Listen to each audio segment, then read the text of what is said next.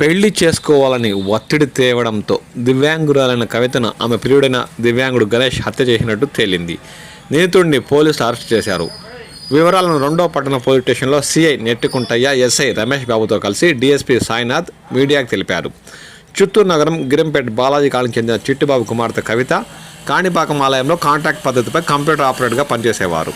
ఈమెకు దివ్యాంగుడైన గణేష్తో పరిచయం ఏర్పడి 3 ఏళ్లుగా ప్రేమించుకుంటున్నారు.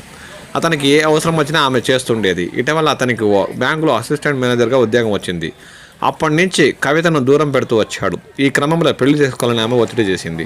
పెళ్లి చేసుకోవడం ఇష్టం లేని గణేష్ ఆమె అడ్డు తొలగించుకోవాలని నిర్ణయించుకున్నాడు.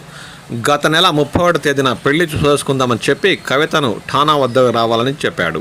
అప్పటికే అతడిపై అనుమానం రావడంతో తనకేమైనా జరిగితే గణేషే కారణమని వికలాంగ సంఘం నేతలకు కవిత ఒక వాయిస్ మెసేజ్ పెట్టింది.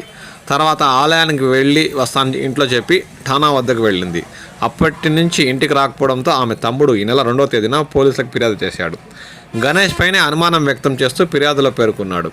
గణేష్కు పోలీసులు విచారించగా ఏమీ తెలియనట్లు కవిత కోసం వారితో కలిసి వెతికాడు.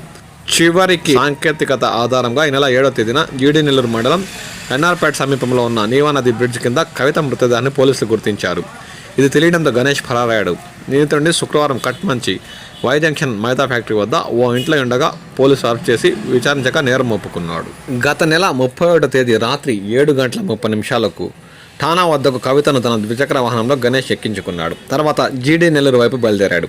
ఎలమరాజుపల్లి సమీపంలో ఎడమ వైపున ఎవరులేని ప్రాంతానికి తీసుకెళ్తుండగా ఆమె పెళ్లి ప్రస్తావన తీసుకొచ్చింది.